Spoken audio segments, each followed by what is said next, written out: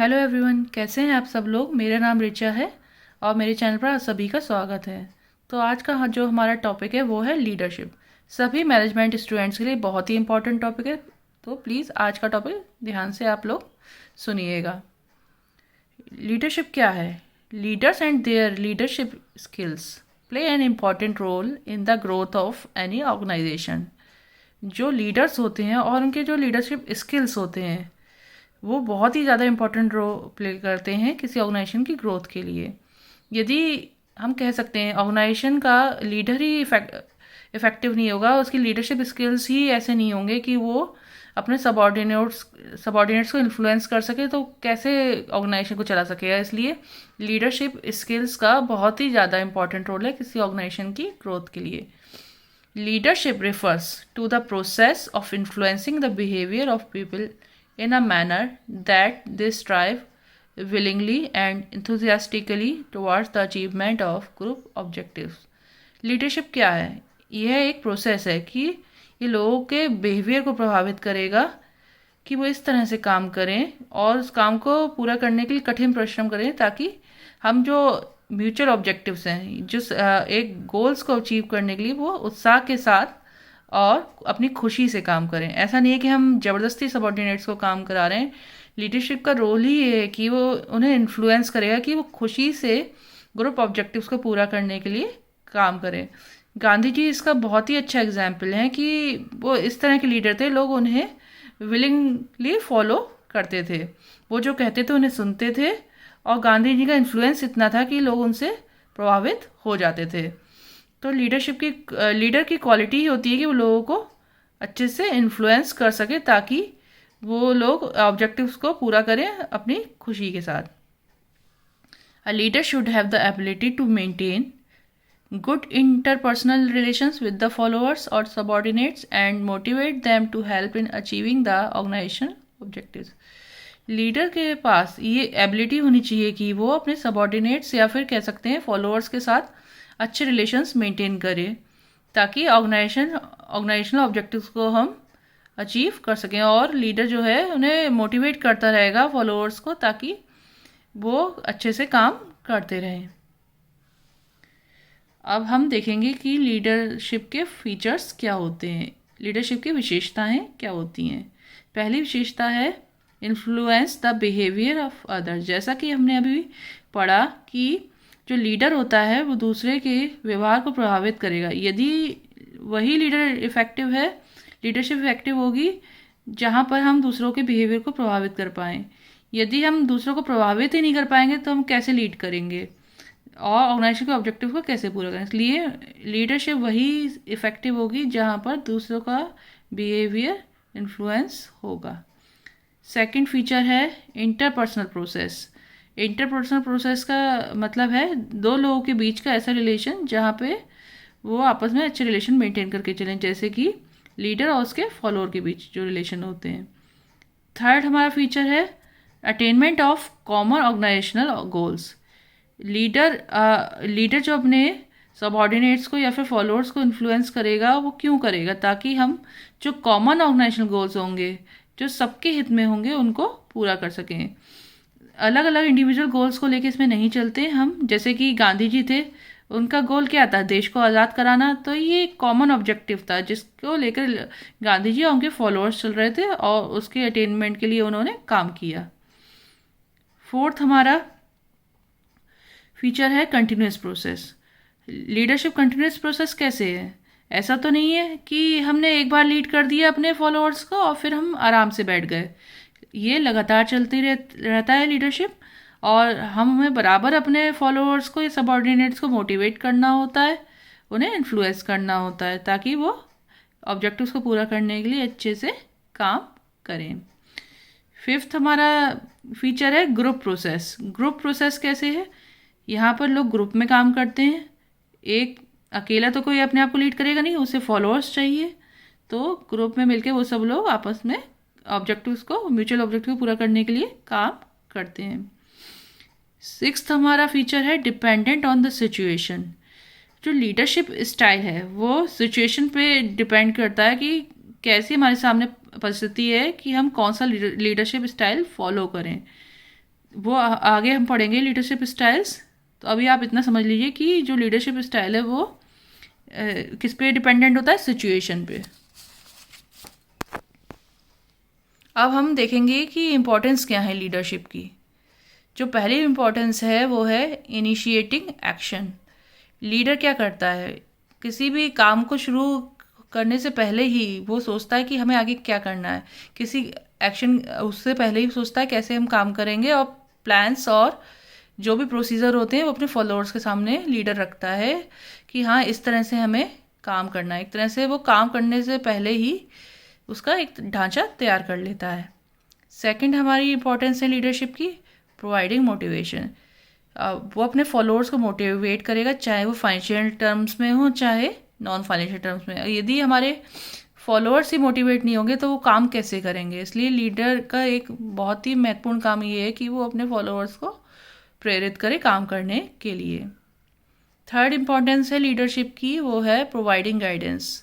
बराबर ही लीडर को guidance provide करनी पड़ेगी कि हमें कैसे और किस दिशा में काम करना है। अपने फॉलोअर्स को हमेशा एक जो लीडर है गाइड करता रहेगा।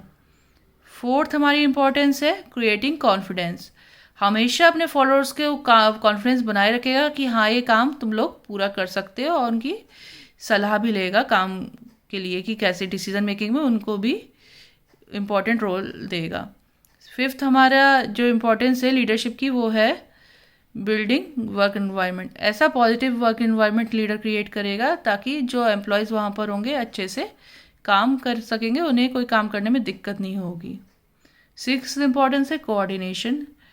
किसी भी काम को करने के लिए कोऑर्डिनेशन बहुत ज़रूरी है। लीडर देखेगा कि किस तरह से हमारे सबऑर्डिनेट्स काम कर रहे हैं, जो भी एक्टिविटीज़ उनमें कोऑर्डिनेशन है या नहीं है।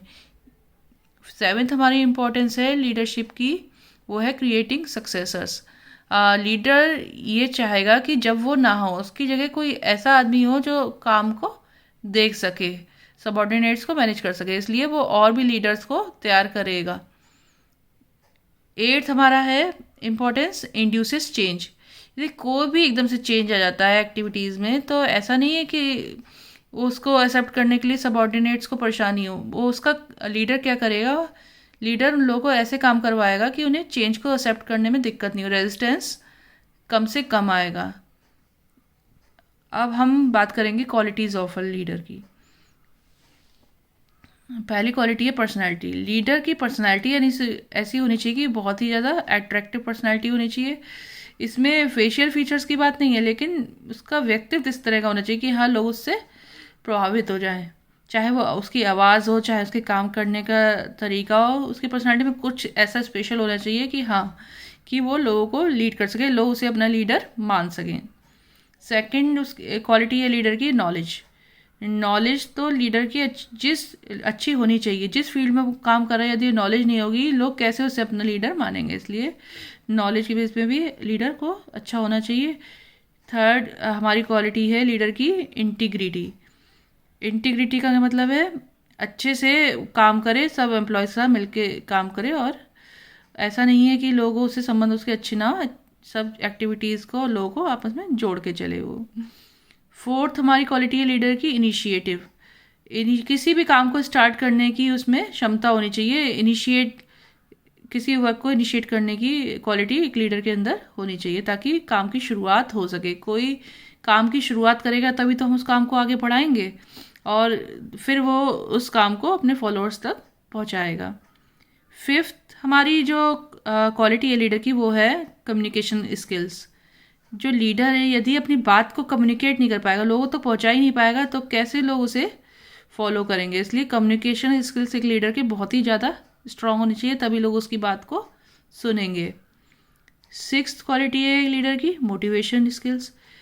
वो लोगों को काम करने के लिए मोटिवेट कर सके, हाँ स्टिमुलेट कर सके कि हाँ तुम्हें काम करना है, ताकि हम जो म्यूचुअल ऑब्जेक्टिव्स हैं उन्हें पूरा कर सकेंगे। सेवेंथ क्वालिटी है लीडर की self confidence and will power. खुद में बहुत ज़्यादा विश्वास होना चाहिए एक लीडर को, और विल पावर बहुत स्ट्रांग होनी चाहिए उसकी कि हाँ हम इस काम को पूरा कर सकते हैं। एक तरह से हम कह सकते हैं लीडर को ढीला नहीं पड़ना चाहिए, अरे ये कैसे होगा। यदि वही विल पावर उसी की, लीडर की ही स्ट्रांग नहीं होगी तो वो अपने सबऑर्डिनेट्स को कैसे काम कर पाएगा। तो एक अच्छे लीडर में सेल्फ कॉन्फिडेंस और विल पावर, अच्छी विल पावर का होना बहुत ज़्यादा ज़रूरी है। 8 क्वालिटी है एक लीडर की, इंटेलिजेंस। उसे बहुत ज़्यादा इंटेलिजेंट होना चाहिए। ऐसा नहीं है कि आपको नॉलेज नहीं है, आपका दिमाग अच्छा नहीं चलता तब भी आप लोगों को लीड कर सकते हैं। इंटेलिजेंस का होना एक अच्छे लीडर में बहुत ज़रूरी, बहुत ही ज़्यादा ज़रूरी है। 9th है क्वालिटी एक लीडर की, डिसीजिवनेस। डिसीजिवनेस का मतलब होता है कि डिसीजन मेकिंग की क्षमता लीडर के अंदर होनी चाहिए। कोई ऐसी सिचुएशन आ जाए जहाँ पर उसे कोई ऐसा डिसीजन लेना है कि जहाँ पे फैसला उसी को करना है, या किसी भी तरह के निर्णय लेने हैं, तो ऐसी क्षमता लीडर के अंदर होनी चाहिए कि हाँ वो किसी भी सिचुएशन में अच्छे डिसीजन ले पाए। 10th जो क्वालिटी है लीडर की वो है सोशल स्किल्स। सोशल स्किल्स बहुत स्ट्रांग होने चाहिए एक लीडर के। अपने एम्प्लॉयज़ की प्रॉब्लम्स को सॉल्व करना चाहिए उसे, और पर्सनल और प्रोफेशनल लाइफ को मेंटेन करके चलना चाहिए एक लीडर को। अब हम लीडरशिप स्टाइल्स के बारे में थोड़ा देख लेते हैं। 3 तरह के लीडरशिप स्टाइल्स हैं यहाँ पर: autocratic leadership style, democratic leadership style और लेजर-फेयर और फ्री रेन लीडरशिप स्टाइल।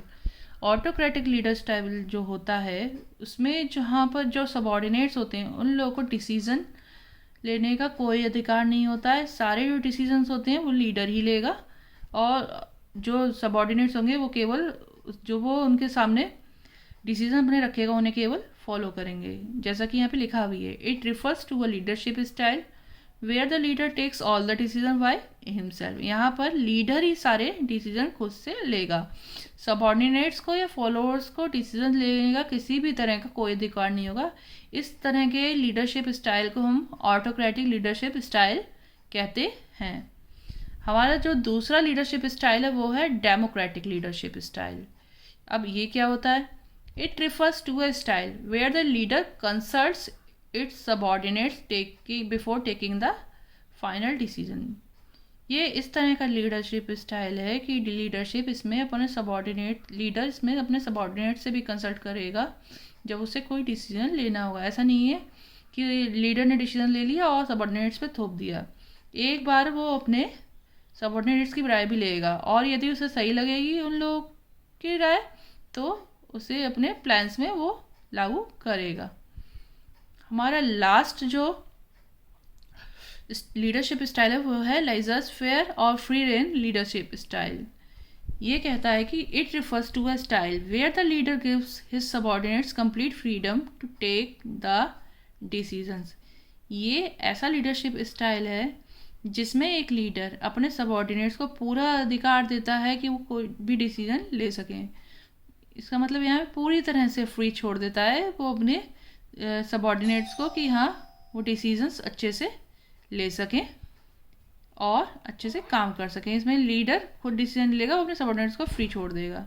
आज की वीडियो के लिए इतना ही। Thank you.